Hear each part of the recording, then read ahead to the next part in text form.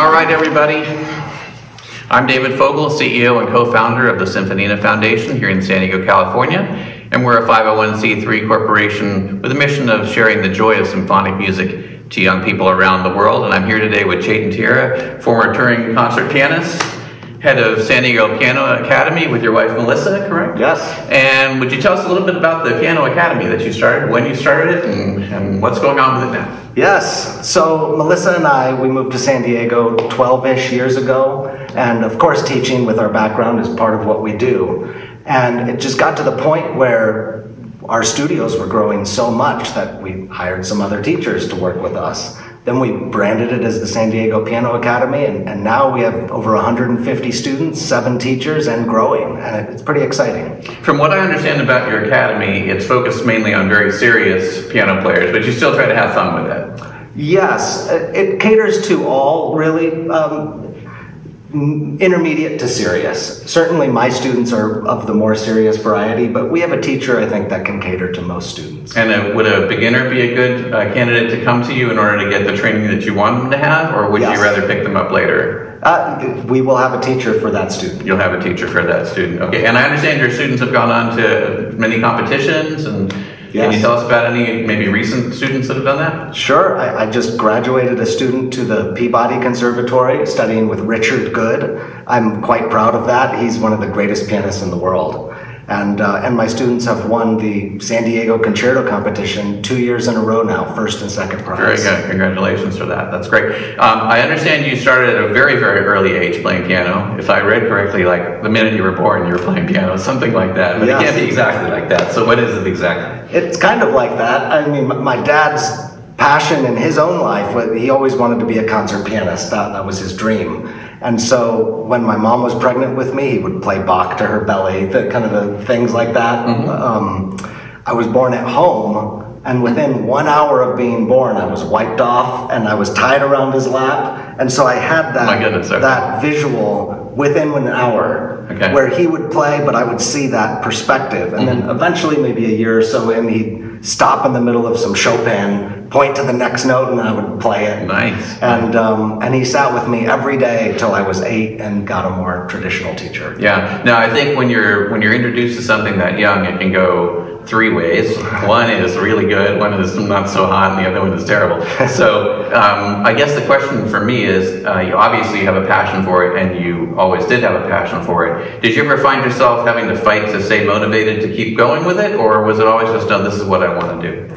It depends on the month, and I still feel that way. Okay. It's art, right? Sometimes you're at the bottom of the sea, and other times you're at the top of the mountain. Yeah. So what do you do with your students to help them stay motivated? Because I'm sure, when you're a dedicated professional, as you are your whole life, to mastering this instrument, it means everything to you. And when someone else is coming up and they want to be a proficient player, it may not mean quite as much to them at that time.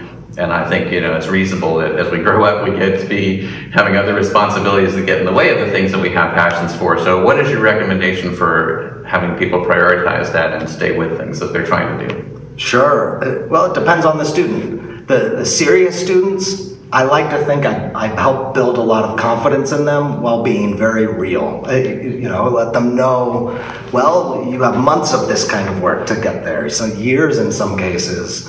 But I think if they're diligent, then they get to stick around in my studio.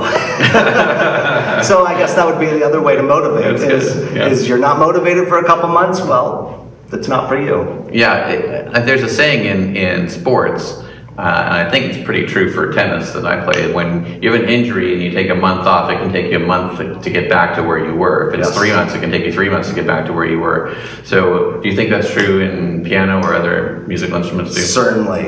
You have to ramp up, because if you're really after it, you got to practice sometimes 6, 8, 10 hours a day. Yeah. But if you went from 0 to 8, you're going to get injured. It's as simple as that. So you have to ease your way and build that endurance. Yeah, I know even some saxophone players that I follow, 2 of them, Dave Koz and Kenny G.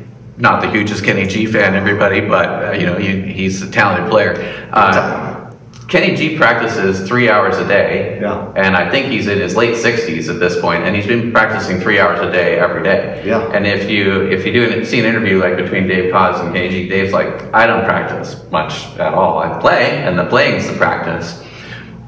But I have to imagine for classical piano, it's not like that. It's not like you're going to do a jazz performance where if you mess up, it's okay because you just messed it up again the same way and everybody thought it was cool. Right. So what kind of focus type things do you help your students with in order to stay in that zone that they can practice to that level of perfection? Sure. So practicing is something I'm very passionate about, and all the nuances for peak efficiency and peak results.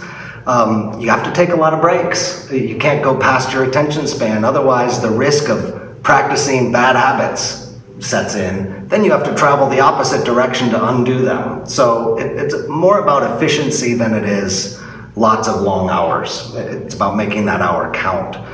That being said, yes, you have to practice 6, 8, 10 hours a day when you're a growing pianist trying to become a professional.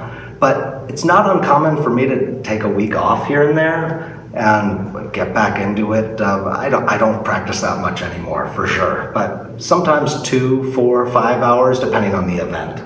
And I suspect that if you needed to practice to some higher level, you would have that path ahead of you where you know what you need to do. You have the expectation and you can already execute it because you've executed it in the past, right? And to get to that level takes me a lot less hours now than it used to. Yeah, that's great. So we spent today at Green Music recording the piano part of Symphonina number 2, my second Symphonina. And Symphoninas are short symphonies, generally 10 minutes or less in 3 or 4 movements, with the idea that each movement is about the same length as a pop tune, and you can stream them and enjoy them and then move on to something else if you want, or you can keep listening and enjoy them for more.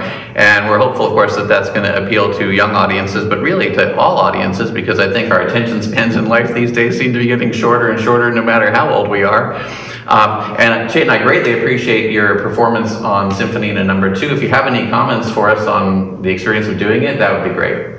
They're wonderful little pieces. I mean, really, it's a lot like, so think like a Mozart sonatino or a Clementi sonatina in symphonic form. Yeah. And they're gems of little pieces. And I gotta tell you, you wrote a couple difficult measures in there. Thank you. You made me sweat here and there. That's good. But all in all, I mean, the mission was what grabbed me. The idea of trying to speak to younger audiences in a way that hopefully can keep their attention, I think, is a very worthwhile cause. Thank you, I appreciate that. Well, I think we'll sign off for now, so thank you very much for being with us, and as I always say when we sign off, stay tuned for more. Thanks.